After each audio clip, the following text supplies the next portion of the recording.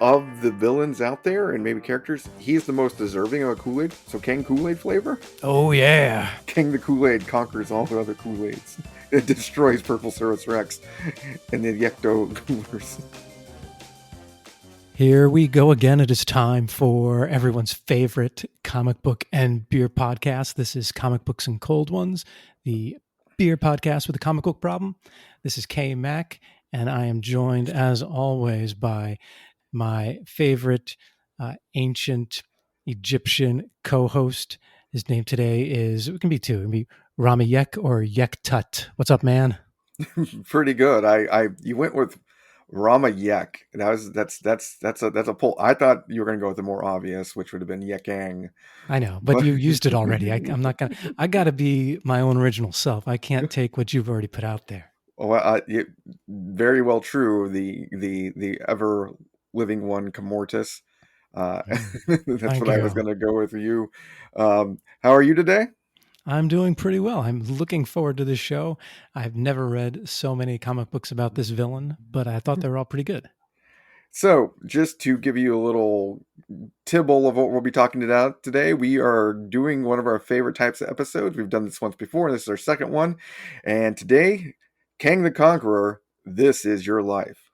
Infinitely long life with an infinite amount of beer, hopefully. Yes, to get you ready for his appearance in Quantumania, the new Antman and Wasp movie, we are going to be breaking down everything about Kang, so you are fully knowledgeable going into the theater to understand what may transpire after you listen to us ramble for an hour or so while drinking beers, trying to describe who Kang the Conqueror is, who the Kang the Conqueror is, and who Kang the Conqueror is.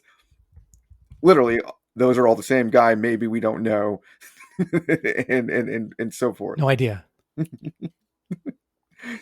So before we get started, though, we have some show information for you. If you like us and like our podcast and want to send us advice or information, or tell us your own theories on Kang and Mortis, Ramatut, and everything we'll be talking about, and your own beer reviews, you can email us at cbcopodcast@gmail.com. Hit us up at Twitter at cbco_podcast, or like all our pictures and color portraits of our hieroglyphs that we post on comicbooks_cold ones on Instagram. And I believe we have a new shout out from a new listener from someplace. And who would that be, Commortus? We sure do. Dun-dun-dun-dun. Dun-dun-dun-dun. We have a shout out to Beverly Hills, California, and we know who this is. Normally, we're not sure who downloaded, but we know this is, in fact, the one and only Brian Austin Green. So, Brian, thank you for downloading our Big Swib pub crawl about Crisis on Infinite Earths. We are waiting to hear from you. Anytime you want to come on an appearance, you can either appear as yourself or as Dave Silver, your classic character from Beverly Hills 90210, and spill all the gossip on how you got Donna Martin to graduate from high school. We want to hear all about that while we drink some beer with you. Heck yeah. Heck yeah. Thank you so much for downloading, sir. Okay, so on Beverly Hills 90210. Yes. Did you have a crush on any of the girls? Yeah, I had a crush on, was her name Kelly? Kelly, yes. Yes. What about you? I think officially Kelly was the first girl I was like, I think girls are great. After seeing Beverly Hills 90210, being like, wow, that's America. Yeah, right there. Yeah, that was probably close there for me too. There's probably someone before, but I just can't think of it. But yeah, for sure her. But I think later on I came around to Brenda Walsh because I'm a self-loathing, hating person, and I need someone that'll put me in my place. And nobody did that better than Brenda Walsh. Yep, she'll put you down when you need to be put down, and even when you don't need to be put down. And if she'll go between whether she likes you as a biker surfer dude or not, and leave you on the side of the road. Right, but did you have the sideburns? You know, she loves the sideburns. I need to work on that. That's the reason I'm self-loathing. I can't grow the sideburns down to my chin. Someday you'll get it. Dun, dun, dun, dun, dun. What a classic show, man. Yeah, good show. Good show.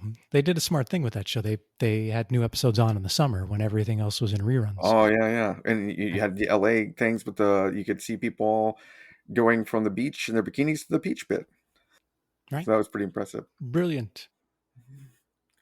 So one year we may have to have a Beverly Hills 90210 fantasy draft. Oh, yeah. That's a good idea. That's a good idea. I'm going to take Hillary Swank. She did become the next Karate Kid. She did. She will whoop ass on your 90210 team. Take Her and Luke Perry versus vampires. Heck yeah. That's pretty intense. Yeah. But we haven't had nearly enough beer. So This is true. We got to did you get bring back something on to it. drink today? I did. What? And I did my best to find something seasonally for the time of year here and also in theme of the show. So I dug around the local organic grocery store that has a good beer selection. I found one from Oliver Brewing Company out of Baltimore, Maryland. We featured them before, a Yes. couple of the beers, and they had one that sounded perfectly for this show. And that would be Creator Destroyer. Ooh, that's a good name. Yes, espresso brown ale, 6% ABV. This can contains Creator slash Destroyer, a full-bodied nut brown ale created with cold brewed Destroyer espresso from Ceremony Coffee Roasters. That just sounds all kangy to me. So, by Oliver Brewing Company out of Baltimore, Maryland. Very nice. Yeah. Very nice. What kind of beer did you say it was again? It is espresso brown ale, so it's a Oh, nut brown wow. ale brewed with espresso from Ceremony Coffee Roasters. You usually don't pick a coffee flavored beer. I do not, and that's the reason I may not like this. So we're going on a limb because I'm not a big coffee guy, as you know. Yeah. Well, so we did kind of the same thing. We both picked a beer we're not sure that we'll like. So this should be interesting. Did you bring an alternative beer just in case? No, I did not. Very much like a King story. You're not sure if you're going to like it until you get halfway through it and see if you understand any of it. Yeah. So the beer I chose for today is by the brewery called Brewbus, which I believe is in Sarasota, or is it in St. Petersburg? Poor research by me. Everybody's favorite part of the episode, especially Brian Austin Green, is where you Google searched the brewery of the beer you're drinking. Yeah, it's perfect. So, in any event, I'll talk about the beer. So, my beer, because Kang is my favorite blue faced villain, my beer is called You're My Boy Blue. Honestly, it's really hard to find a beer that relates to Kang. Not many Egyptian beers out there. So yeah, I similarly thought the same lines. I was like, is there a blue beer, a purple beer, a purple and green beer? Is there an Egyptian Mhm. beer? Yeah. There are a few Egyptian beers, but they weren't at the store. And then finally, I found one that was close enough to Conqueror that I thought that he would go oft and call himself maybe a creator or destroyer, but ultimately a conqueror. Yeah. So, Brewbus is out of Tampa. They have a bunch of different beers. That's all I really know. But What kind my of my beer beer style? specifically is a blueberry wheat ale. It has 5.3% ABV. It has a bready and fruity flavor profile. Warrior hops, some malts like two row, flaked oats, wheat, and it also has blueberry puree in it. Now I've had this beer just as a sample once before, and I chose not to get it. So I figured it deserves a fair shake, right? We're going to give it a test of a review of across the eons. How many eons would you go to get this beer after you give it a tasting here? Right. And if I don't like it, I'll just go back in time to this spot on the podcast and change my beer. Slap it out of your own hand. Yep. Yep. And replace it with another one. And that divergent self of yourself will be called the Blue Tyrian, and they will try to conquer the current universe by not drinking blue beers. Okay. All righty. Only real blueberries were used to produce my beer, by the way. I like that. I don't like no fake ass blueberries in my beer. Doesn't that violate some law, though, in beer making? No blueberries were hurt during the making of this beer. Well, there must have been some blueberries hurt. All right. Crack them open.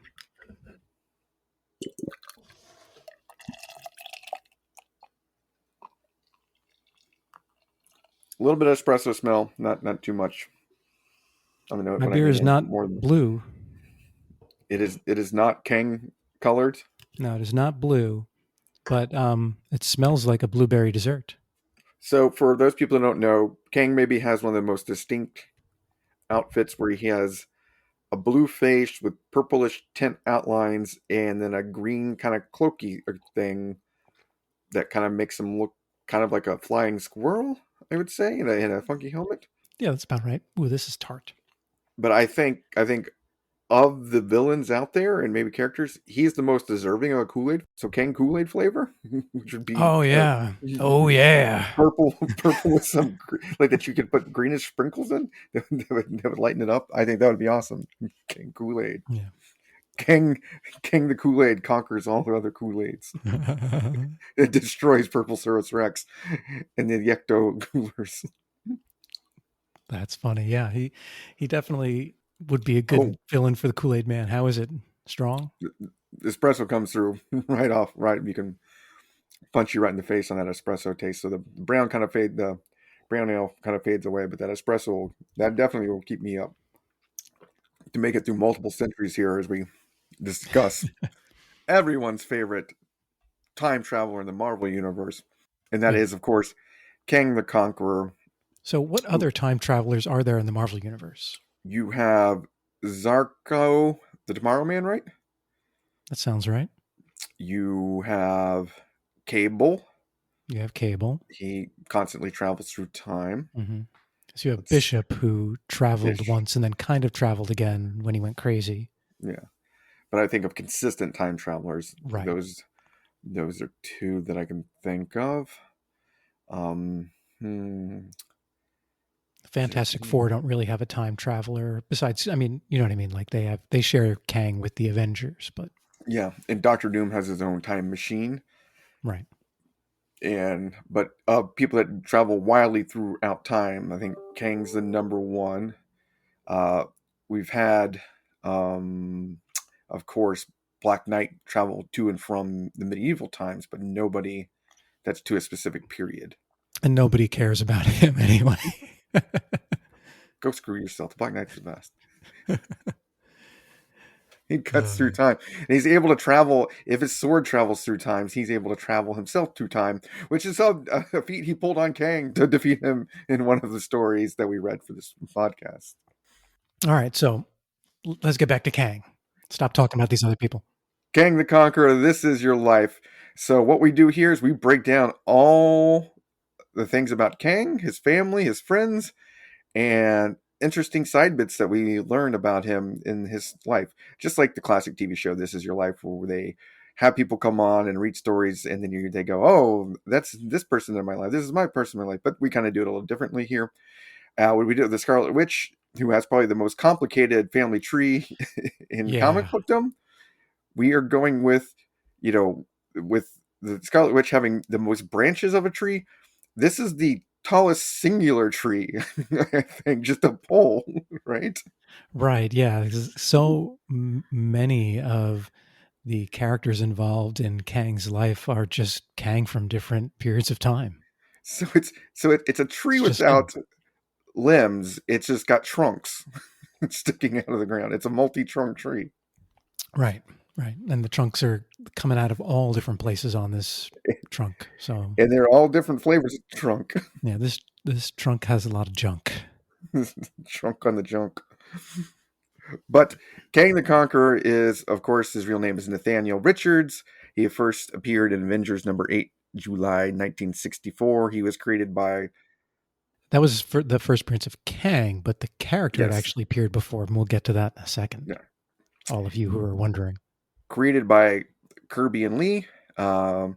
And so he comes from the year 3000, but he ended up in the year 4000 where he became a conqueror, and he travels back to 1960s Washington, D.C. area to take on the Avengers in his first battle.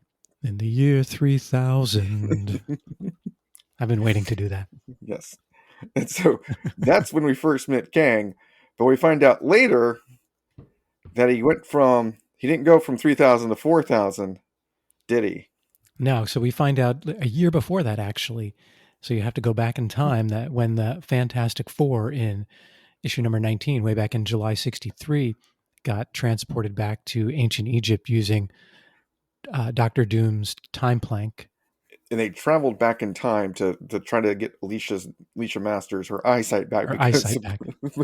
supposedly the Egyptians had a secret recipe for that to solve it. And we find out it's not the Egyptians that have it, but Kang's Egyptian self, who's known as Oh, Ramatut, baby. the Pharaoh Ramatut, Yep. who had traveled back in time in what style of a time machine spaceship? The Sphinx is his time machine. And I'll tell Yes. you what, like, so they don't have very much detail about it in the Fantastic Four story, but later in the Kang the Conqueror series from 2021 or 2022, like they show the Sphinx flying and it has some big ass fucking guns on the bottom of it. It's like, it is the real deal as far as warships are concerned. It's awesome. I would like to have a Phoenix that I could fly around with those guns on the bottom. Yeah, it also Take appears care of in some the things.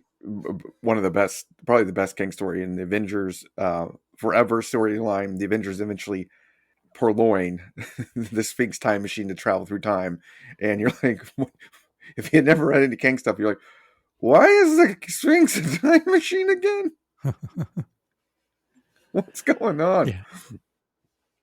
And so, this is where you want to start getting your murder board out, folks, so we can. Yeah. Yeah. Get your pictures, get your thumbtacks, and get your strings. Yeah, start writing out on your post-it notes and start getting ready. So, the first appearance of Kang isn't as Kang. It says the Pharaoh Ramatut in the century. So we're trying to keep track of some time here. 2960 BC. So this is the old kingdom, I believe, and not in the new kingdom or the middle kingdom. This is like maybe even pre-new kingdom. And he takes over. Except Stan Lee describes it as 1,000 years before the Fantastic Four were born. So Stan Lee not big on his Egyptian history. No. So this is the first appearance. We find out, yeah, Ramatut gets his butt kicked by the Fantastic Four and tries to run away to the future. But it's not just the Fantastic Four that beats him. Who else aids the Fantastic Four in sending Ramatut away? Are you talking about the later story? Well, it's a story that gets in, but they're all overlapping. So- Yeah, they are all overlapping. but this is technically the first appearance chronologically of one of the biggest villains in the Marvel universe. Yeah. So Apocalypse. Yes. Yeah, I like that how in that later story they wove in Apocalypse, because we all know Apocalypse had a huge influence and he ruled ancient Egypt for a time. So like not only did the Fantastic Four cause Ramatut to leave, but he was weakened by all the wars with Apocalypse, because he was having, how did they say, it was like a couple of 100 years long war with Ensabanur. Yes. Yes. And in Sabanur, Apocalypse had appeared as the first mutant and started creating, mutants and releasing them, then having a war against Ramatut, which is, bringing together two of the classic villains from the Avengers world and the X-Men world, and in everybody's favorite time period to fight it down when you walk like an Egyptian. Yeah. In a Sphinx warship. So instantly getting twisty and turny here. So Ramatut, the Egyptian self, gets bumped forward in time, escaping, but he doesn't go straight. He tries to shoot back to his time period of 3000, but he doesn't go there directly, does he? It goes to the year 4000. But before that, Before he gets there, he's in it a becomes spaceship. Kang. Yeah, Before he becomes Kang, yeah. yeah. He in a spaceship, he finds Doctor Doom floating in space. Yes. And that spins off another thing that Yeah. happens, which we gotta. Do we want to skip ahead to fourth self, or we want to go to older self first? Oh, so, there's, that's interesting. so Yeah, there's there an is in an in between. between. So Doctor Doom, he teams up Doctor Doom. You don't know what happens with Ramatut other than Doctor Doom goes and fights the Fantastic Four in a Fantastic Four episode. But then that's when Ramatut goes back, misses 3000, goes to 4000, and realizes he can quickly motivate the people, get their technology, and starts a conquest of the year 4000. Yes. And when he's done conquering that as much as he can, he goes back in time to take on the Avengers. But But He's actually got an older self that appears in Avengers number 19, September 1964, hot on the heels of when he appeared in July 1984. And who's this older self? Yeah, so the older self is Immortus, the Master of Time. Yes. And we don't know when he appears here that he's actually Kang. That's not revealed for, I think, not revealed until a different story later on. But the cool thing about Immortus is we learn later, like one of his jobs is to like not let tangential timelines continue. Like he kind of cuts off and destroys timelines that I guess veer too far off of the normal path. Is that am I getting that right? That's what I remember from West Coast Avengers. He is appointed the custodian of the time periods from 3000 BC to Oh, that's right. 4000 AD The Timekeepers, right? Is that their names? by the Time Lords, Time Time Lords, yeah. I believe. The three Time Lords are his bosses. See Loki, television show. So if you want to know more about that, yeah, see the Loki show. But yeah, the Time Lords figure into that, but they give him those time periods to look over from Limbo, where we find out from another story that Kang ended up and became Immortus. But that is the older self of Kang. But we go back and rewind to that period in what would be then current 1960s, when Ramatut runs into Doctor Doom, and we don't know what happens to Ramatut. What happens to Ramatut is there's a divergence that he gets bounced around again, and he stays in the 1960s, and he tries to take over the Avengers by bringing other of the original Avengers back. So this is after they've gone through their first lineup change, and they have Scarlet Witch, Quicksilver, Hawkeye, and the return of Goliath. So he teams up, but you don't know it's Ramatut. Now he's going by the name Scarlet Centurion. Oh, So Scarlet Centurion. It's his younger self, Kang's younger self, technically, but it's not his Egyptian self anymore. Right. And then also, too, the Scarlet Centurion appears later as just Kang's son in another divergent timeline. Correct. And so. And he's also, there's that terrible Captain Marvel story or that Carol Danvers story where Scarlet Centurion is Marcus. And there's that whole. That's Kang's son. We'll get to that. Son, yeah. Yeah. But all right, everyone. Scarlet Centurion first appears in Avengers Annual number 2, July 1968. So this happens in an annual because they needed an extra story. So like, let's tell a Kang story that we haven't told yet. And they're like, Make something up. We'll do a Kang story. No. We'll do a Ramatut story. No. We'll do an Immortus story. No. How? I know. Somewhere in between Ramatut and Kang. Scarlet Centurion. He looks like Eric the Red. And make him a ginger.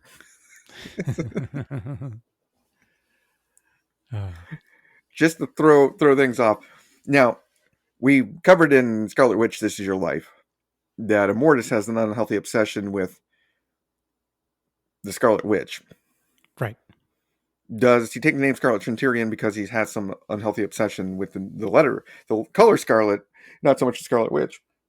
Well, and I think that's why he has an obsession with the Scarlet Witch, because it's just an obsession with all things Scarlet. Like whenever he plays Clue, he's Miss Scarlet. So you would say maybe he has a case of Scarlet Fever? Scarlet Fever. He loves that Kenny Rogers song.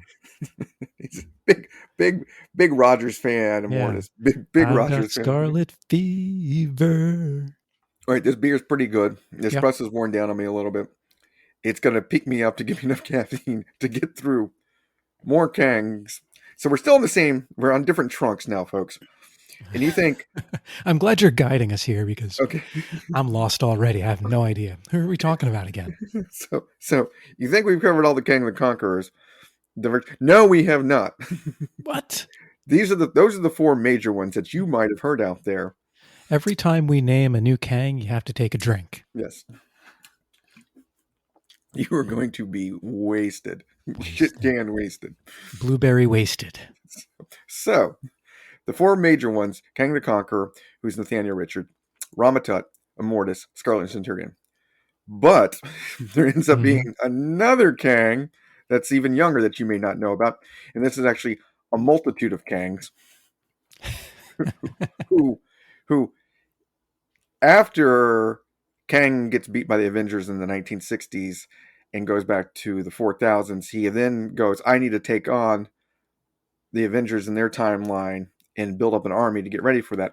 So what does he do to get ready for that? He goes back in time and he becomes Victor Timely, I guess as a nod to Timely Comics. I And believe then that's the case. yeah. And and then he founds a city somewhere. Like it's Chronopolis, which is his normal city, but it's in disguise. And what's the name of that city? He founds in 1901. He takes on the guise of Victor Timely to find Timely, Wisconsin, Timely, Wisconsin. And and then he proceeds to be not only Victor Timely. When Victor Timely's time to die, he replaces himself as Victor Timely Jr. And then when that Victor makes Timely sense. Jr. dies, he becomes Victor Timely the Third. for around 100 years, Victor Timely the Third is by the time it gets to the 1980s. And so So he's living multiple lives in multiple places at the same time.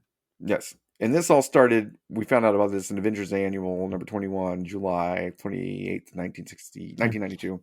In the Avengers series that came out in 2001, where Kang takes over the Earth, we learn that as one of these Victor Timelies, he participated in the creation of the Sentinels, and he put a failsafe in the Sentinels, the X-Men robot villains, where he could take over and control the Sentinels. Yes, and the Nice. also as part of this, Victor Timely, the technology he gives to Timely, Wisconsin, which somehow is far and away above every other place in time throughout America's history, not just in cheese making, as you would expect. You would think, Yeah.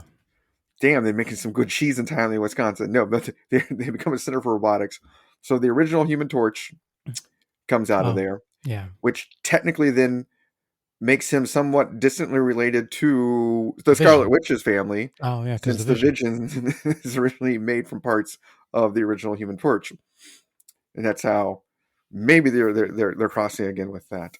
But he also Reed Richards technology, Misty Knight's arm comes from Timely Wisconsin Oh, does it really? technology. Yes, That's and cool. there are a couple other things that the robotics that they established in Timely Wisconsin to make better cheese is moved forward. So that's the younger bootlegging Kang from the 1920s, Victor Timely Jr. that we see lots of. So we've had two younger Kangs. We've had an Egyptian Kang, an older Kang, and a normal Kang. Who would be the next Kang that we have?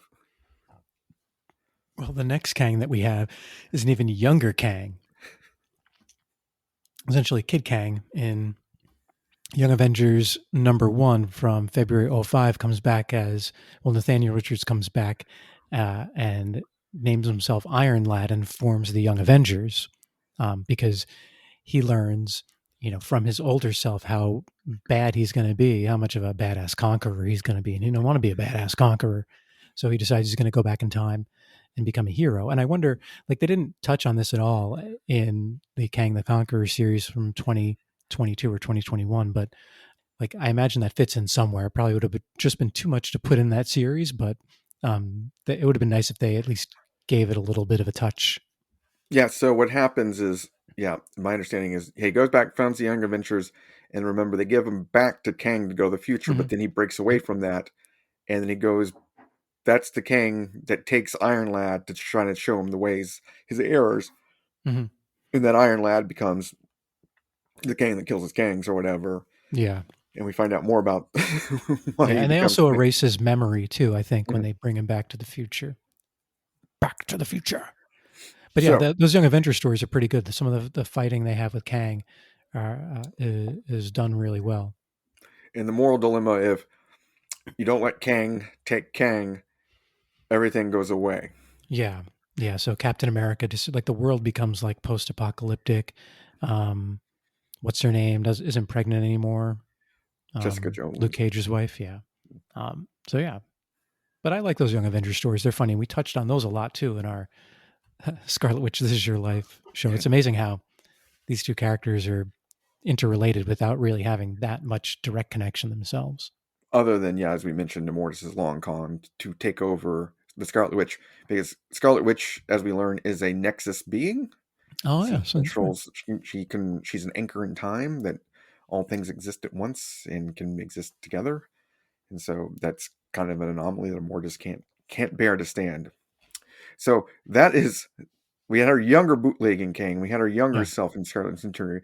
That was our younger Kang, and then we have other another younger self another Kang. Kang, which would be other younger self Kang. This It is more appeared, like late teens, early 20s Kang, right? yes, that that appeared in Fantastic Four, Volume Two, Number 8, June 2013, and this Kang goes by the name of. Of Kid Immortus, of course, which is awesome. Kang is the best. I don't know how anyone can't like Kang. So this Kang gets upset basically at the Iron Lad Kang, as far as I can tell, and wants to become a conqueror and wants to take out the Avengers earlier than Ladder. And so he takes on the moniker Kid Immortus, and he goes back in time to try to convince Doom to team up with them to take out the Avengers. And And the that leads to Fantastic Four, right? yeah, that leads to all types of hijinks. And this the Kid Immortus doesn't appear but in this one series, but it's kind of wacky. Yeah, yeah. And he has a cool looking costume as well. Yeah. It's a slight variation on both Kang and Immortus's costume. Yes, it's like I the like it. mashup of mashups. Yeah. Speaking of it, the more, and this usually happens with me in beer, the more I drink this beer, the better it tastes. Do you feel like donning a giant blue and purple helmet and traveling to the year 4000 to conquer it? Well, I'm already like 80% through this beer, and looking at my picture here, my image on the screen, I thought I was wearing a blue helmet. So, like, I can't believe you're telling me I'm not wearing a blue helmet. Always, yeah. For the people that can't envision Kang's helmet, it varies in size. Originally, yeah, it's a big domey thing, and then it Mhm. gets kind of a little similar at times, a little more face fitting, and it kind of melds and changes over time depending on the artist. What's amazing to me is the facial feature on the front of the helmet. That's the purpley bluish part. Mhm. How much the actor that is playing Kang in Quantumania looks like the Yeah, mask face that they got. right. like, They cast him very well. like, like they must have had just pictures up and be like, "You're not Kang. You're not Kang. You, Maybe an Immortus, not a Kang. yeah. Ramatot, no. Ooh, Oh my yeah, God, Kang. yeah. Two Scarlet Centurion. We don't Two want you. Scarlet entrants. To get Immortus see. Sorry, Carrot Top. So, yeah, that's what I'm impressed with. Yeah. So, so, so we've gone through a younger self, another younger self, and then there appears a youngest self Kang, who we just call Baby Kang. Where does he come in? So he's a Kang that I couldn't write all the story in the show notes, but there's a Kang, and I can't remember which of the Avengers picks him up and tries. They plan to pull a baby Hitler on him, of Oh, course. interesting. So the baby Hitler dilemma is, of course, do you kill baby Hitler and stop Nazi Germany? So they think about doing Vision. It's Vision that does that, decides that, right? It is part of the Young Avengers saga, if I remember right.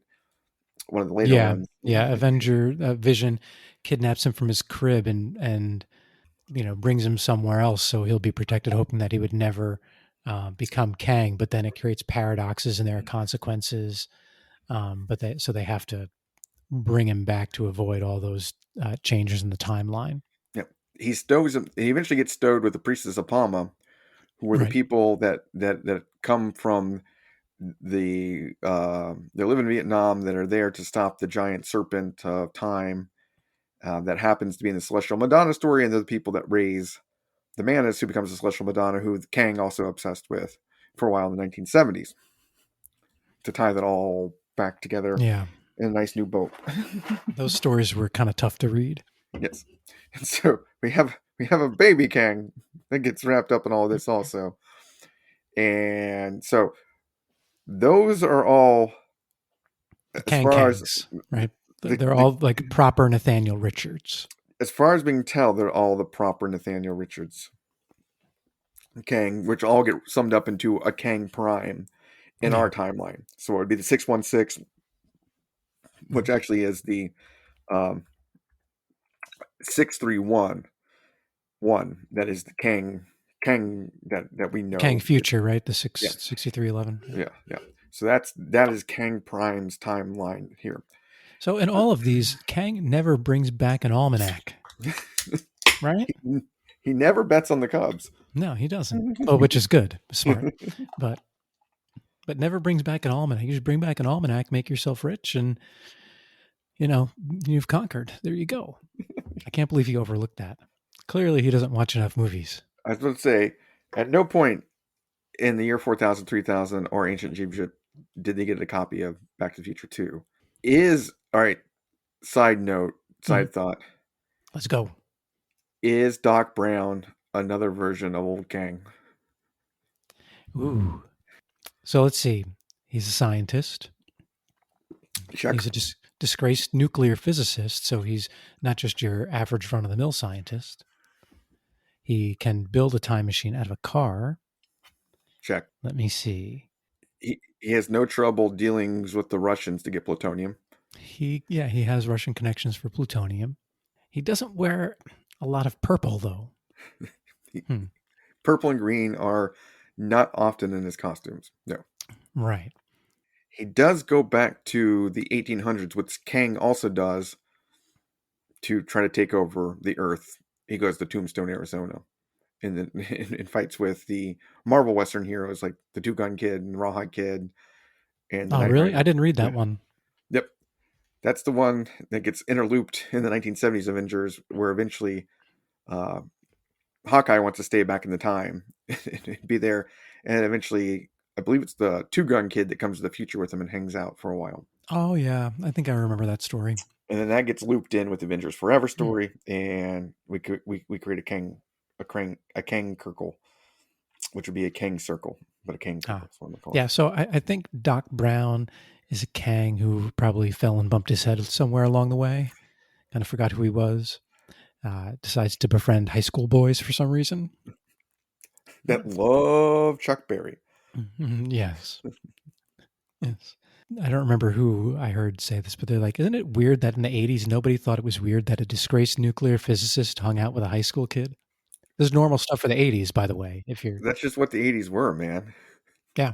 I mean, there were disgraced nuclear physicists all over the place, just looking for high school boys. That want to hang out and let them do odd jobs so they can play on their giant speakers. Yeah, and let them test your new experimental vehicles. Yes. That are made out of DeLoreans. Yes. The 80s. Good times. Speaking of mashups, to bring it back to other Kangs, we have one more Kang of this series. So we mentioned Kid Immortus that he went back to meet up with Dr. Doom to team up with him. They eventually get mashed up together. Kid Immortus and Kang. Kid Immortus and Doom matched together with a third person who is a nihilist from the negative zone. And they form Doom the Annihilating Conqueror. Yeah, first it's Kang the Annihilating Conqueror, and then Doom, being Doom, steals the powers and becomes Doom the Annihilating Conqueror because he combines all three of them at the end. Because what does Doom say? There's only one Doom. I am Doom. I am Doom. So, officially... There are a few times where Kang says bah in his appearances as well. So, that just goes along the lines of, making you wonder whether or not Kang is actually Doom later on. Well, that's when we'll get to ancestors and relatives. Because right now, we've had only trunks of the tree, no branches. No, and this is officially the closest thing that we can get to a branch, right? So it's a Kang that's not fully a Kang, so it's a little nubbin, but it's still part Kang, right? It's like one of those branches on the lower ones that get cracked and kind of hang around and no leaves gets on it anymore. Yeah. Sorry, Doom the Annihilating Conqueror, that's what you are. And we do get one more. This is not a Kang Prime, this is another Kang. So this is Kang's animal self, which will bring us into the groups of Kangs. But we have one other Kang that appears, and that is from Peter Porker, Spectacular Spider-Ham number 15 in January 1987. The first appearance of who? Of Kangaroo the Conqueror. Yes. That's perfect. Hopping through time. How pumped were those guys when they're like, okay, we need to bring in Kang, and they're like, I got it. Like the intern's like been waiting to say I got it. Yeah, they're like, we need some villains. Oh, thank God, Kangaroo the Conqueror. It's just sitting there. Yeah, it's just waiting to be made. That's a T-ball swing, man. Get all that one. But Kangaroo the Conqueror is responsible for another group. But so we've gone through all those trunks. Now we get through trunks that they're Kangs. They're not Kang Prime. So I wouldn't say they're trunks that are above the ground. They're trunks so that what's the over under of Kangaroo the Conqueror appearing in Quantumania? I think he's going to be there. If he's not there, what's the point? Right. I mean, why make this movie if you're not going to have Kangaroo the Conqueror? Dear Paul Rudd, yes, you failed at making a movie. There was no Kangaroo the Conqueror in it. Mm-hmm. Please see Spider-Verse. Peter Porker. Success. Yeah. Sincerely, P.S. I love Clueless. Make Clueless 2 because it seems to be popular again now. Oh, yeah. Did you notice that? I noticed that too. Everybody's marketing to kids from the 90s now, which doesn't make any sense. No. Like Paul Rudd, go back in time, make Clueless 2. Actually, Paul Rudd physically looks like he's going back in time. Yes. He looks younger now than he did when he was in Clueless. This is true. If you make Clueless 2 as Kang the Conqueror, that'd be so much better Clueless 2. That would be. Because Cher basically is Kang the Conqueror of that high school, right? I think so, yeah. Yeah. She rules it. Mm-hmm. All times. Gets, yeah. So we have... That beer must be strong. You haven't gotten that far. I may have gotten a refill. So. Oh, okay. Yeah, I'm almost done with mine, but I think I'm gonna. So I only bought 2, so I'm gonna switch to a different beer here. So choose a divergent time stream. That's correct. Which gives us a reason to talk about the divergent Kangs. As I'm saying, we've got a trunk all above the ground, and now we have our first probably roots, trees that go under the ground with the Kangaroo the Conqueror. There are multiple groups of Kangs that exist. As you well witness, there's multiple Kangs. So eventually, if you get multiple of something, they're going to form a membership union of some kind, right? That's just the way it works. Right. Comic book guys, they eventually go to comic book conventions. Beer guys go to beer conventions. Kangs go to Kang conventions. Kang conventions, for sure. Conventions. So the first Council of Kangs, the first one was the Council of Kangs, and it was just a group of 3 Kangs. Correct. And how do you know which Kang was Kang Prime? I don't know. Oh, Kang Prime, he wears a fucking cape. That's how you know. Who got the cape? Kang Prime got the cape, baby. And so this first happened in a series of Avengers 267, February 1986. Started off the series with the Council of Kangs, consisting of 3 Kangs who will lure other Kangs from our general timeline to kill them off. Yes. In what can be considered only a Highlanders type situation. Yeah, yeah. So and it was definitely... you take a Kang's life, they become more powerful since you've eliminated some part of the trunk to nourish only your trunk of the Kang line. Yeah, sure, whatever. Whatever their plan was. And 3 Kangs went along with this. And eventually, only one Kang survives, Kang Prime, at the end of the story, because he has a cape. Yeah, I mean, it was... Whoa, jeez, my beer is overflowing here. Great. Go back in time and stop that. Yeah, I'm trying to go back in time and stop that, but my face isn't blue enough. Get in your Sphinx and turn around. So KMac deals with a spill across his desk here, dilemma. So we have the Council of Kangs. They eventually go away because Kang Prime takes it all over. And we think we're done with groups of Kang, but then a few years later, Simonson decides he liked the idea of the Council of Kangs, In Avengers through 292, he has a multi-art issues starting in February 1988 that involves what kind of Council of Kings? Well, it's a council of cross-time Kangs, so it's Kangs, not only Kangs from other uh, dimensions, but across all time too. It's all the Kings that have eliminated all the Kings in their own time, Ah, and they each go by their own name. Like they can't just call each other Kang because that gets a little gets a little confusing. So there's Kang Snake, there's Nebula Kang, who's a female Kang. oh yeah, I remember Nebula Kang was a big deal. Yeah, Nebula Kang seduces all the other Kangs, which is really really weird. That's weird and gross. Because, and they all wear the same costume basically. But the Cross Time Kangs, of course, get involved trying to take out the Avengers. But they're trying to find the ultimate weapon, and they get betrayed by their own Kang, who's Kang Nebula. We find out it's not Kang. He's not Kang Sorry, this Nebula. is wacky. We find out it's not Kang Nebula, but somebody that we think is Nebula, who is the granddaughter of who? Thanos. Of Thanos. But we later find out Nebula is not that Nebula, but it was Kang's paramour, who we eventually get to, which is Princess Ravonna, pretending to be Kang. Oh, that's right. Yeah. Woo. All right. So let's take a beer break, everybody.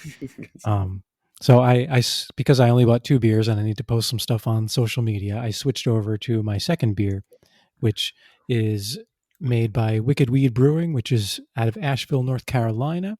It is called Pernicious, and it's in India Pale Ale. Now, I have to get into Wicked Weed's website, I have to put in my actual date of birth. Goodness gracious. Can you put the year 3000? In the year 3000. Can you put 29060 BC? Mm-hmm. Is that an option? Wait. Let's go back. Go back. The fact that those beer and booze websites allow you to make you put in your name or your age, but they don't allow you to put BC times in. That's ageism. It is ageism. That is bias against Ramatuts, who may be wanting to check out what beer they can have in this timeline, even though they're from 29060 BC. Yeah. They can't get on the website, right? Definitely old enough and they can't get on the website. Yeah. That's just ageism, point blank. Mm-hmm. Dear Wicked Weed, why are you biased against pharaohs? Yeah. Yeah. So pernicious means having a harmful effect, especially in a gradual or subtle way. And Kang's time traveling definitely has a harmful effect, and sometimes it's in a gradual or subtle way. Yes. Right? So 7.3 ABV, nice purple can, which is why I chose it. Purple can, good name. Has a whole bunch of hops and stuff that I'm not going to get into. Oh, it has an OG. Do you know what an OG is for beer?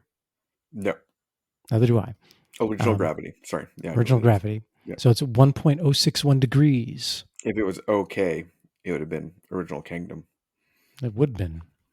It's another opportunity that Wicked Weed missed. So, going back to our Kangs, the final group. Let's come back to the future. Final group of Kangs, which also is made up of the Council of Cross-Time Kangs, as we mentioned, is all the Kangs that have eliminated their own Kang from their own timeline. Then there's, I guess this is the multi-dimensional, multi-species group of Kangs called the Kang Collective. Oh, the Kang Collective. This is the one that the Kangaroo, the Conqueror, is a member of. And the Kangs eventually kick out, and the Kang Collective kicked out Kangaroo the Conqueror. Oh boy, they do some creative stuff. Yeah, he was expelled as an affront to all Kang kind, is what they say. Poor Kangaroo. None of all of them. Yeah. I know. And the thing we like about kangaroos is they're hoppy. They are hoppy. Yes. They hold up over long voyages stored in cask. They do. I love them. So officially, those are all the Kang selves that we could find that we know of. And that will get you maybe a quarter of the way through Quantumania, I would believe. Yeah. Without being completely confused. Yeah, there's another one here that I see who's Kamala Kang. Is he vice president of the United States? I think so. Well, I don't know if it's Miss Marvel combined with Gamora used the Infinity Stones to warp reality and cut the universe population in half by merging different beings into a single person. That's how Miss Marvel Kamala Khan and Kang became mashed up as Kamala Kang. That's Ah, funny. I haven't read I haven't read Infinity Wars. It's way too new for me and you, for yes. sure. But we'll get to that. So, Yeah. so we finally got through me, myself, and I portion of Kang. Just me, myself, and I. Yes. So that's maybe his favorite song. We finally get to some actual relatives. So he mentioned his name is Nathaniel Richards. So you notice the Richards name. So you're thinking, definitely Fantastic Four. And it is Right. believed that he is named and also a descendant of Nathaniel Richards, who is a time traveler who happens to be whose father? Reed Richards' father. Yes. Who travels to before the year 3000 in a war torn world and delivers it to Peacedom, Halcyon days, and he takes on the Yeah. name Benefactor and Warlord to do these, and he remarries. Uh, not this isn't Reed's mom, but he remarries another woman from this future timeline, Cassandra, who becomes Cassandra Richards, and they Hmm. found their own family tree. Interesting. Is Cassandra Richards, is her maiden name Cassandra Nova Xavier? It's That would be Cassandra's. cool. It's No, it's not. But it is Cassandra something. It's not now. You're making me do the Googles. well, Um, I rely on you to have this done already. it's God dang it. They don't give you the nay. Yeah, that's fine. Something. So, so we have certain realities or timelines where we see Kang as a child growing up, and then there's other ones where it's just Nathaniel Richards who's already an adult, maybe becoming Kang and then Immortus. So it's all very confusing, especially after you've had a few beers. So Yes. So just Cassandra Richards, who is known as Warlord in the future, and yeah, they don't list any other names for her. oh, So Warlord, I know who he is. yes, he is from the DC universe, living in the Yes, he Sin of the wears Earth. he wears the He-Man bottoms and has a gun. She was killed by Wyatt Wingfoot, though. Damn it. So then That they kind doesn't of stuck. sound like Wyatt Wingfoot. It doesn't sound like him at all. So that is the only, you know, fatherly figure we can find for him. Yeah. But that would make his great half uncle and his great half aunt in law Reed Richards, Mr. Fantastic, and Sue Storm, the Invisible Well, no, Woman. wouldn't he be half brother with Reed Richards if Nathaniel Richards is his father and he's named after Nathaniel Richards? No, because they're uncles. It'd be maybe no, Oh, or maybe half uncle. No, because this is where it gets even more confusing. all right. So Try me. Nathaniel Richards is my great grandfather, Okay, I didn't know and, that. Wow. All right. and so then Yek Richards, go I can ahead. go on that line. I am not descended at all from Reed Richards, so he's not my brother. He's got to be my uncle, right? So, No. no. So, so No, if so if so Nathaniel if if Nathaniel my Richards dad if my yeah, dad had a child with another woman, that would be my half brother. But if my right. grandfather had a child with another woman, that's not the person in between. That's my uncle still. Oh, so So Nathaniel Richards is his grandfather. it's his great great great great grandpa. Oh, okay. And he's just named after him. Yes, yes. So Doctor Doom No, we haven't got there is yet. is We haven't Reed got there yet. Richards' half uncle. Sweet. We haven't got there yet. Or Reed Richards Doctor. All right.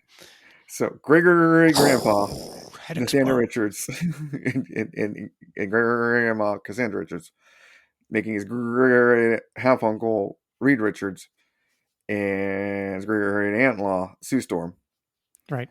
and that would make his great half cousin Franklin Richards and Valeria Richards, Valeria. Valeria Richards. But then there's the loop. We can't tell. It is often referenced that They may be Kang the is same also person. Kang is descended from Mm. also Doctor Doom as an ancestor. They said this is my ancestor's place, so we can't tell if maybe he's also a great great grandfather, Mm-hmm. but to the second power Right. above or So, below. do you know offhand what Valeria? Does Valeria have a relation to Doctor Doom, I or do not. did he just pick her name? Well, Valeria Richards is not Reed Richards' daughter. No, she is, but she has some kind of connection with Doom. Pah, nobody has a connection with That's Doom. right. So But when I was reading the Doom series by Christopher Cantwell, Kang comes to visit Doom a couple of times, and Kang is kind of having trouble controlling his time traveling. So he's just disappear. He's appearing and reappearing, and they make reference a couple of times to they don't know if they're the same person or if he's a descendant of him. So yeah, they don't even really know. But Valeria Richards was originally Valeria Von Doom. ah, She's the goddaughter of Victor Von Doom.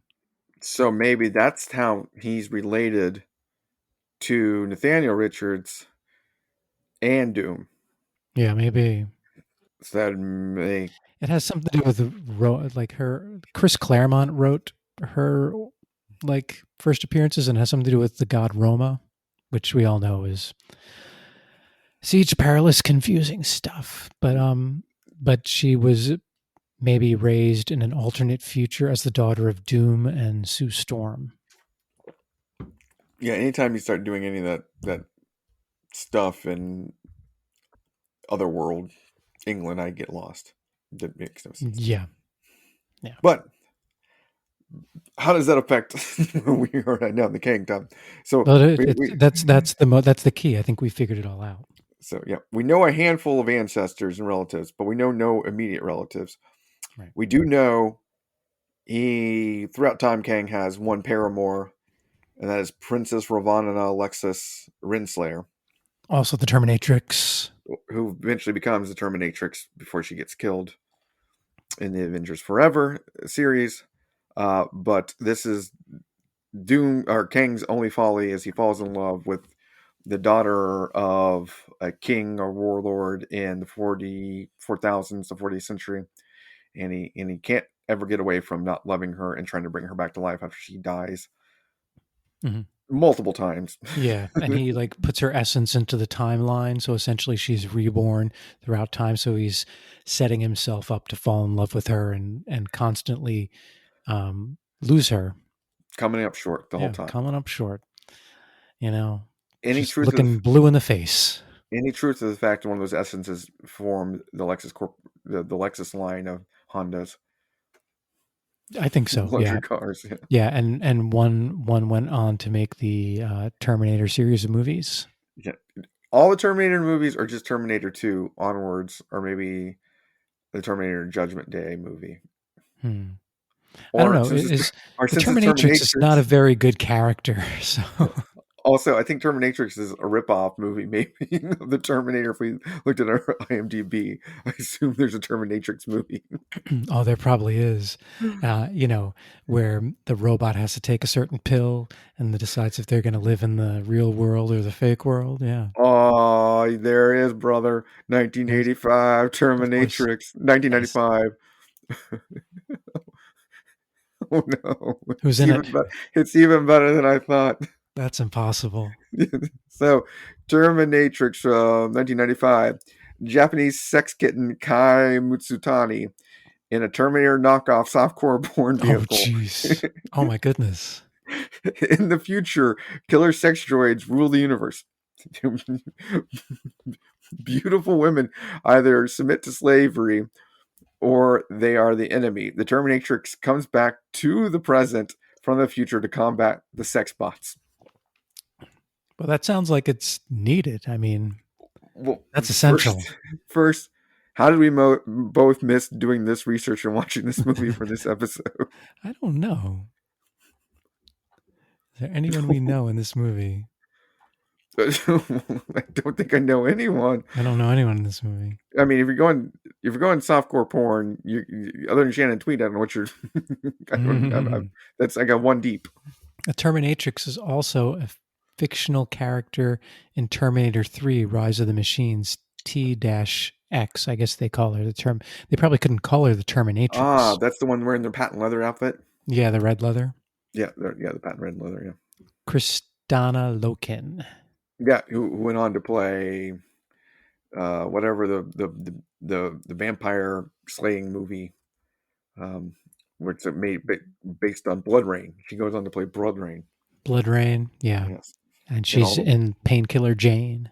yeah. She goes on to having many starring roles in video game movies, uh, done by Uwe Boll or Uwe, whatever's that guy, the guy that only makes video game movies. Yeah, she hasn't been in too much else that I recognize. Does she need to be? Well, she got Blood Rain money, man. That's true. She's probably just sitting back on the beach somewhere, spending that Blood Rain money. The best part about Blood Rain is the villain in Blood Rain. When Blood Rain was in charge of the Justice League. Yes. Is that his name? Blood Rain? No, it's Bloodwind. That's Bloodwind. Oh, so close. no. Same difference.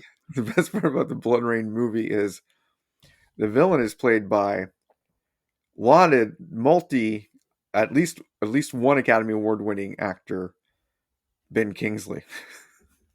Ben Kingsley is in Blood Rain? Who mails in his performance the whole time. He just sits in a chair. I think he got paid Kind the of like whole an budget. Iron Man. Yeah, got paid the whole budget. That movie doesn't have a bad cast. Michael Madsen, Billy Zane, Billy freaking Zane. You're Billy Zane. Ask your Billy Zane. Meatloaf, Michelle Rodriguez, Ben Kingsley. Wow. Oh, I know me some Blood Rain. I've never seen it or heard of it, to be honest. Well, obviously, you need to study up for the show a little bit more when it comes to Terminatrix. I do. To 2005 to like 2004 to 2010 is a big blank spot in my bad movie watching. This is when my kids were born and young. Well, I don't know what you're doing. Yeah, I know me either. Clearly, I wasted some time. We're getting back on the train now with the Kangs, so you understand. No. That was right on the train. I don't even know how we got there. Oh, Terminatrix. All right. So Paramore ends up dies a lot. The only true relative of Kang that we do know of is his son, Marcus Kang the 23rd. Marcus Kang. Who we mentioned is the Scarlet Centurion #2 in the Reign of Kang series, or the Kang Dynasty series, I should say, from Kurt Busiek's run at the end of his run on Avengers. Which is a really good story. And why is he the 23rd? Because he was the 23rd attempt to create Kang's perfect son. And all the rest were imperfect. And he created them all in different timelines. Is that what he did? I can't remember. I believe exactly. So. And I think they're all this Kangs also. Yeah, I think so too. And he has a weird test tube room full of the failures. Yeah, he does. All of Alien 3. Or Alien 4. Sorry, Alien 4. Yeah, they're all like cryogenically frozen. Yes. Or I should say Alien 4, the Winona Ryder alien. That's right. And also, what was that movie with The Prestige? The Prestige, not the one I was thinking of. No, there's just lots of test tubes full of Hugh Jackmans everywhere. Oh yeah. No, the movie with Chris Pratt and Jennifer Lawrence. Oh yeah, that one where they're in the Passengers, by themselves.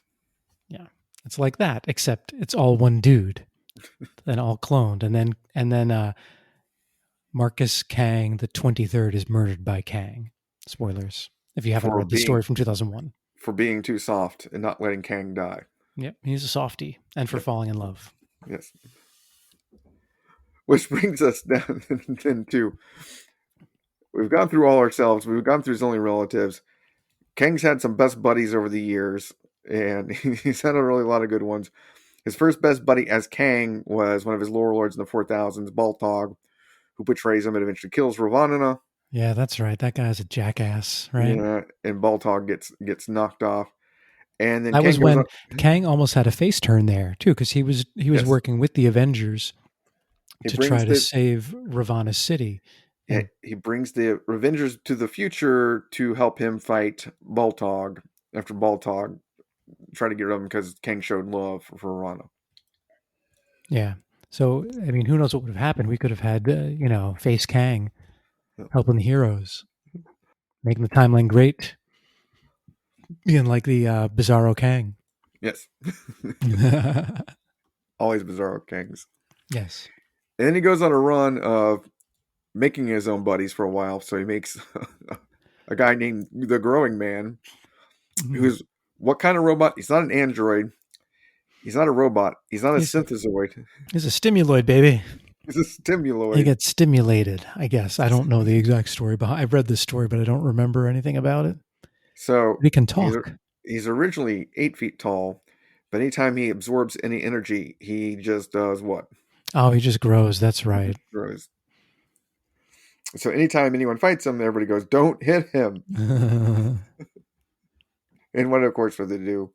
They hit start him. hitting him. They hit him. Yeah, but it doesn't matter because they eventually beat him. Yep.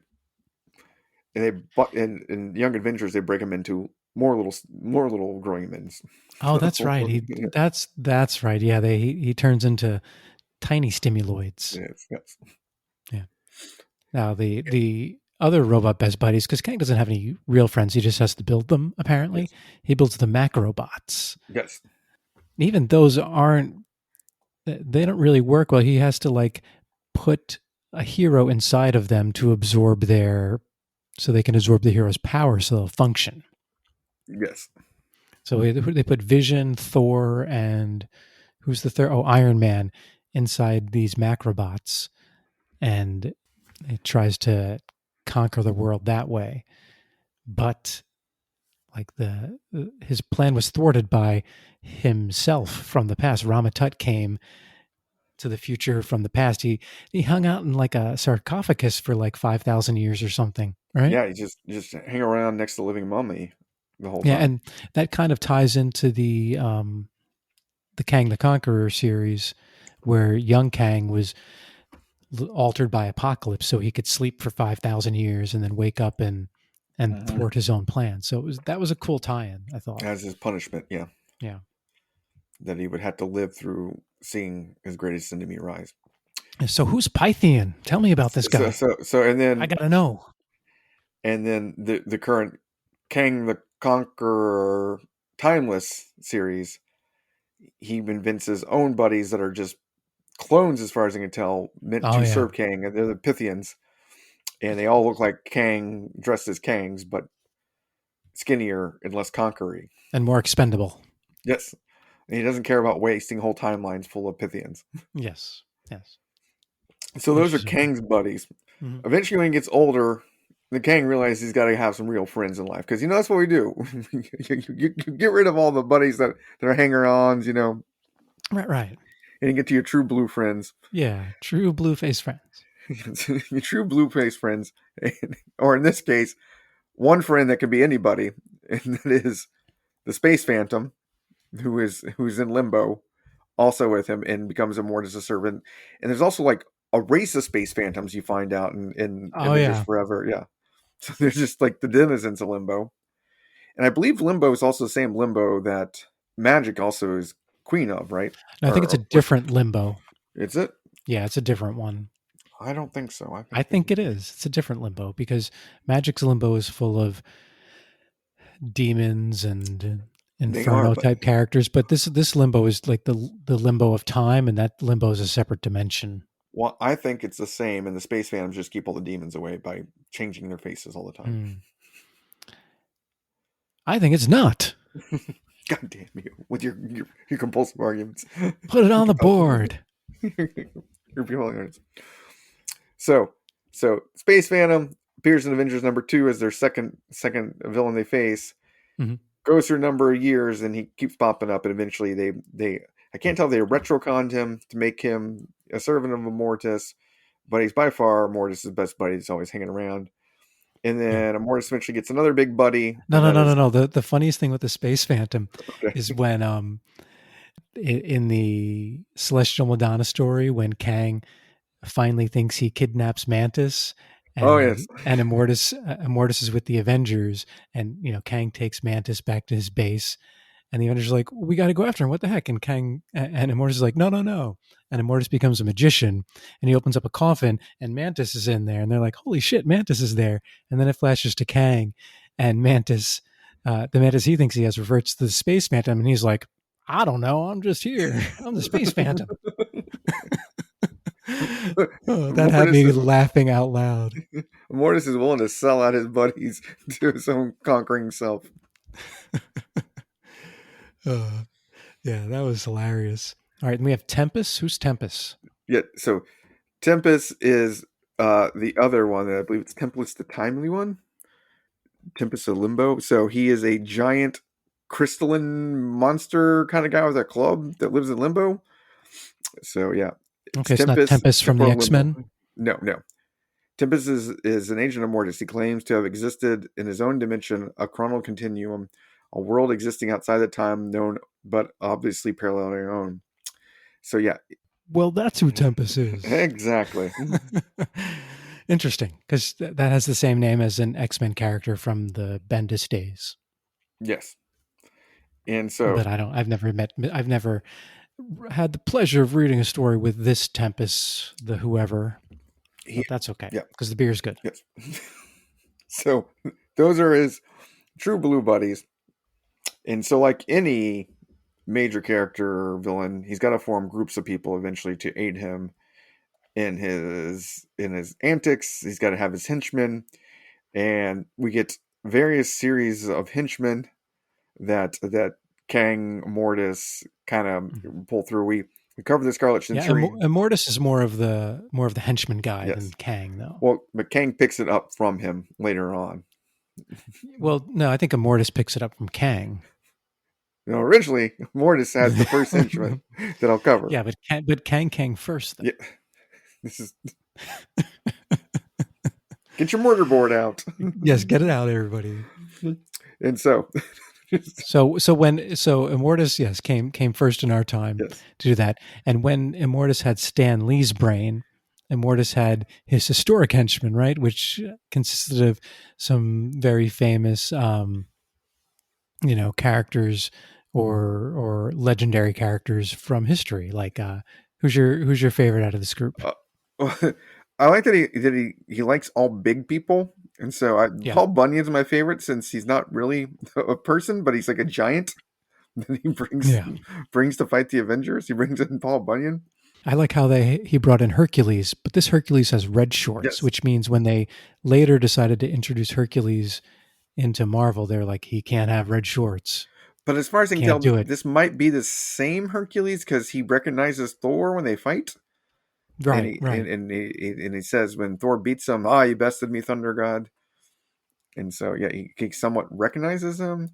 But then you get some other ones like yeah, Merlin comes in and Merlin's Mhm. evil for some reason, and Merlin appears lots of times later as a good magician.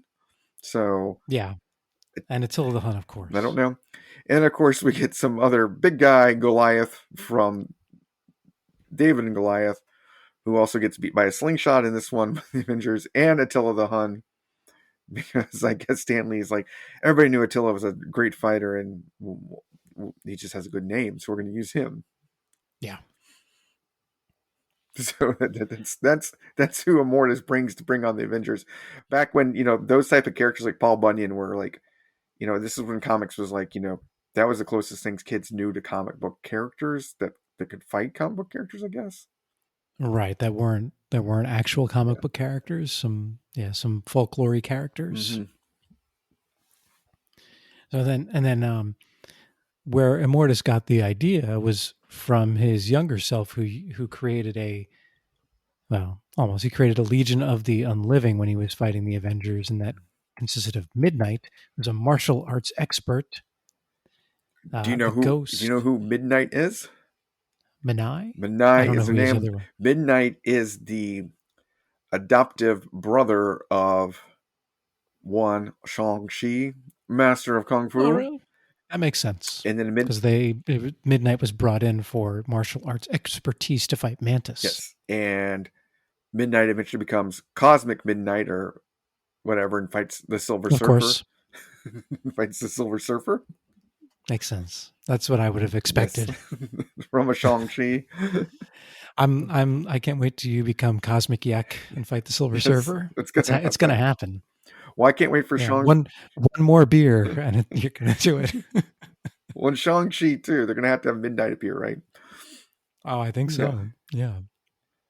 But then we also have the Ghost, which is the ghost of the Flying Dutchman. Oh, that's right. Yeah. Hoest The van pirate R. What's the best part about the Ghost? You're gonna have to remind me, but he was a funny character. I can't He's remember. got two like trident hook hands that can shoot laser beams. Oh, that's right. Like any ghost pirate. Boo, boo, boo, boo, boo, boo. Bring it on. And then who else rounds out this Legion of the Unliving? We have Frankenstein, who is not really unliving. You have old man Baron Zemo, whose mask is glued to his face. You have Wonder Man, who's dead at the time. And you have the original Human Torch, who's not really dead because he's an android. So Kang doesn't really understand what the difference between living and unliving and what was alive and what wasn't alive, because the characters he picked here are the reason he lost to the Avengers, because half of them aren't dead. And half of them wander off. Like Yeah. Frankenstein doesn't care to do anything. Yeah, right away Frankenstein's like, "Arr." The only bro that's down to fight is Baron Zemo, and he's got glue face hands. Yeah. Baron was like, I will do anything to have this glue removed. Please, and these effects remove it from my head. But yeah. So it doesn't go over that well. They get whooped ass pretty easy, so, because everybody wanders off. Kang, Yeah. not understanding living and unliving is pretty hard. So Yeah, I mean, he's too busy time traveling to deal with the nitty gritty of that stuff. and then eventually, Immortus and West Coast Avengers takes on the Avengers with his own Immortus Legion of the Unliving, and this is made up of the original Black Knight. That is not the father of Dane, but like the uncle of Dane Whitman, Black Knight. The Grim Reaper, who is Simon Williams' brother, Eric Williams. Iron Man 2020, who we're way past 2020 now, and we have yet to see Iron Man 2020. No, they have made an Iron Man 2020 series. Yes. But at that in the 80s, I don't know if he was dead yet. Yes. So there's that. Well, unliving just means, it could mean you haven't been born, right? I think it means pretty much dead. Look, don't get me caught up in something they're going to debate in Congress. Okay. Well, we'll get to that. I don't know Frankenstein's rights anymore. They've screwed it all up. I don't know Iron Man 2020's rights in 2023. He hasn't been born yet. He's unliving. No, wait, is he living? He might be living. No, how does this work? So so they have left winger and right winger. Talk about debates of living and unliving. That's those two guys right there. Then we have Ort the Living Comet. So two things. Number one, can comets really be living? And number two, this is like a villain from Quicksilver's future, if I remember correctly, who's never appeared again. His arch nemesis from the future. In the future, and also, who's never appeared. How can he be a living comet if he's in the Legion of the Unliving? Right, it should be Ort the Unliving Comet.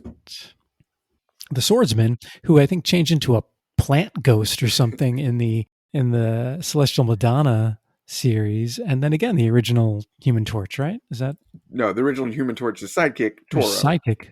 Oh, okay. Who wasn't a robot? Human. Was Toro a robot? Human. All right. Sidekick. No, Toro wasn't a robot. Toro was human.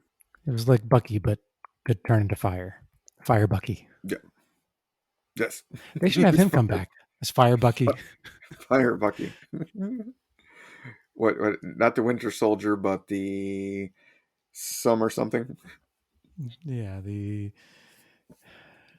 Summer Warrior. fire Bucky. Fire Bucky. Just leave it at that. And then to round it out, eventually Kang develops his own super team called the Anachronauts, like anachronisms, but knots being sailors of time. And they kind of suck. They never come back It very sounds much, like and they they get suck. killed I don't off. know who they And are. this is I can't run through them because they don't. They all pretty much suck. Yeah. I mean, Sounds good. once you've already gone, once you've already gone and recruited Paul Bunyan and he can get the job done, no other character's gonna be able to get shit done together. Yeah, I mean, like once you go all in with Paul Bunyan at phase one, the Anachronauts are not going to cut it at that point. I mean, if you made me a team of Paul Bunyan, Orc the Living Comet, Frankenstein, and right linger and left linger, I'm taking that team. I'm living or living. And so far, those are all the people in Kang's life. And so we'll just break down briefly. You know, this is relationships. This is everything he does. But what's his business? What does Kang do for a living? I think we have to announce this together on a 3, 2, 1. Okay, All right, 3, 2, 1. Conquest, conquest of of course. course. We did that terribly. It's conquest, Yes. everyone. He is the conqueror. He's the most successful conqueror in the Marvel universe, probably. When first asked in his first appearance what his gig was, all he said was conquest, of course. And then eventually in that same series, he releases his most powerful weapon. And as you can expect at the time, his most powerful weapon was radiation. Creation. Yes. Yes. And Hello, being from the year 1960s. 3000 and then 4000, everybody's already gotten healthy doses of radiation, unhealthy levels of doses of radiation, Mhm. and they can take it. Yeah, they're turning Whereas into us, mutants everywhere.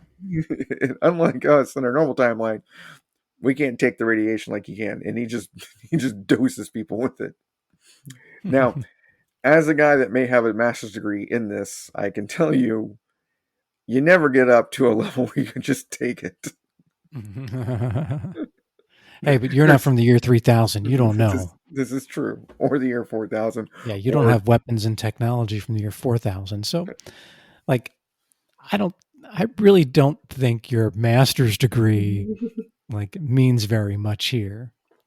It's probably should be revoked at this point. well, We're I talking about don't. radiation. I should, if my degree was in conquest, I might be able to speak a little better on this topic. True. That's a good point. That's a good point. Well, we are both studying for degrees in conquest right but I'm, I'm really having trouble with my Risk 101 final now. Oh, because Risk is what the game of. the game of conquest, That's game of world conquest. Got to roll those sixes, man. Roll those sixes. gotta hold Australasia. Yeah, Gotta gotta hold. you got to start in Mongolia. Mongolia wins the war of attrition, or what is it? No, it's the war of attrition favors Mongolia. Yes. Deep cuts, everyone. Those are deep cuts. So, where does Kang like to hang out? I mean, he's from the future. He's been to all these different places. I mean, obviously, we know he likes to hang out in ancient Egypt. He likes to hang out in the year 4000. But what are some specific places he likes to hang out? So we covered a few of these. So he creates his own time city in between time, Chronopolis, Mhm. which gets topsy turvy all the time and eventually gets blowed up in Avengers Forever. Yep. When he becomes a Mortis, he forms, as we mentioned, Limbo, which KMac says is not the same Limbo as As Magic's Magic's Limbo. limbo? Yeah, And it's I not. stand that it is, but we'll have to do this because he forms his own citadel of a Mortis in there, where he trims time between 3000 AD and 4000 BC, or sorry, 3000 BC and 4000 AD.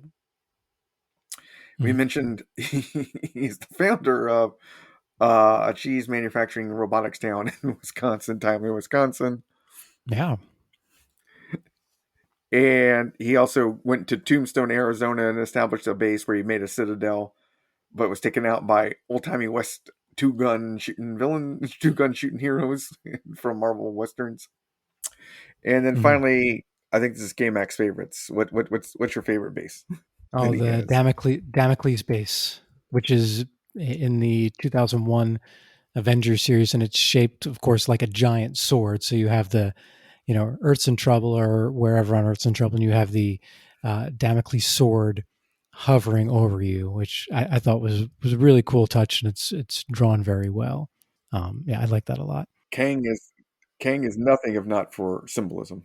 Yes. So in the Marvel universe, there are two limbos. There's limbo parentheses other place, which is the magic X-Men limbo, and then there's limbo temporal, which is the Immortus limbo. Not till I get the rights to write Who's that series. who's right? The guy that's drinking the blueberry beer. That's who's right. Well, I'm going to But yeah, rewrite this. but Damocles base, I thought, it's just really, really cool artistically. Also, in that same series, they fight that collides with Damocles' base is a flying pyramid. Yeah, flying pyramid. So it brings Ramatut up against Kang's Yeah, giant sword. yeah. That's an interesting story because Kang actually conquers the world, and as that's all happening, the Avengers are fighting Kang, but they're also fighting all of these different threats at the same time. So it's like they're stretched to their limit. But then at the end, I thought, oh, maybe they'll go back in time and they'll undo it all. But no, No, it's like no. they didn't. So I don't know how they rebuilt Washington D.C. and New York City, like because everything was leveled. They had Crazy. Kang made concentration camps. I should Yeah. say Kang concentration camps. concentration camps. So, Kang the Conqueror, that's your life. There it is. That's everything That's all we we can think. give. We can give you in this hour and a half that we had with you while drinking some great beers. K-Mac, give me a rating on your beer here. Oh, how are we rating them again? Are we doing like Yeah, you just timelines or something? give me a Kang rating. Give me a Oh, I'll give Kang you a rating. Kang rating. All right.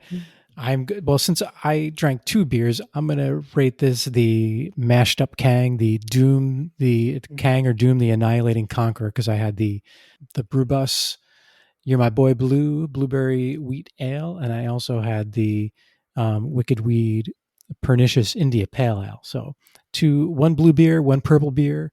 Um, I'm building my own Kang outfit out of beer here. So that's how I'm gonna that's how I'm gonna rate mine. What about you? I'm gonna go with it being a brown ale and something I think probably would have been enjoyed as a mashup in 1920s Wisconsin. Victor Timely Kang because Mhm. it's got the espresso, which I think they would have loved in that time, making robotics and cheese, and a brown ale was Mhm. probably bootlegged around that time. There's nothing As a like possibility. espresso and cheese. Yes, I bet that Yummy. was a mashup that they had. So that's what I'm going with. So who's your even though we rated the beers, who's your favorite Kang? Oh, that is. I Is always it want to just go with Kang? Kang, but I got a soft spot for Ramatut. The fact that the guy from the future wants to go back in time to rule Egypt Mhm. and wear the same outfits and become pharaoh. But I'm probably gonna stick with just Kang. Yeah, I like I like regular Kang too. I have a soft spot for Iron Lad because I just like those Young Avengers stories. But Kang, especially well in the early stories he's like a crazy clown, but then in the later stories you really get to learn some of what drives him, and that's cool stuff. Yeah, and I forgot to mention my favorite part about Kang. Your favorite part? Oh my goodness, go. Yeah, we skipped over it, and I didn't put it in the notes, but by far the best part about Kang in every Kang story and any Kang story ever is his floating invisible BarcaLounger Oh cloud yes, chair. yeah, we all need one of those. It's just amazing. Yeah, he And if I has could that in have his first appearance. yes, if I could have anything, maybe from the Marvel universe, y'all can keep your shield, Captain America shield, your Thor Mjolnirs, your Your Iron Infinity Man armors, Gauntlet, your Infinity Cosmic Gauntlet. Cube. Keep your cosmic cubes. Only thing Yeah, I you're want crazy, is crazy. Kang's floating BarcaLounger, invisible BarcaLounger, because it looks so comfortable. I would never get out of it. Yeah, so that's in his first appearance, and then he also has that again in the Avengers story where he takes over the world. He probably Yes. has it a few places in between, but yeah, that is a definite reoccurrence for Kang. And why wouldn't it be? It looks awesome. It looks so comfortable. Why would you want to need to conquer anything else after you conquered that chair? I know. Kang is never satisfied. But always comfortable. Yes, always comfortable. So, if you liked our ramblings tonight and you are now more informed about Kang the Conqueror, you can email us at cbcopodcast@gmail.com. Oh, hey, do we have a Twitter account? You can go back in time Oh, and send us a tweet or whatever it used to be, whatever it's going to be in the future at cbco_podcast. You can send us hieroglyphs yes. of what we talked about at comic books_cold ones. There you go. You got it. On Instagram. Those are our social medias. Yes. So let us know. Check them out. Tell us what you think. But of course, thank you all for listening. And next episode will be our giant size 50th episode spectacular, subject yet to be determined, though. So thank you very much for listening, everybody. Kang you later.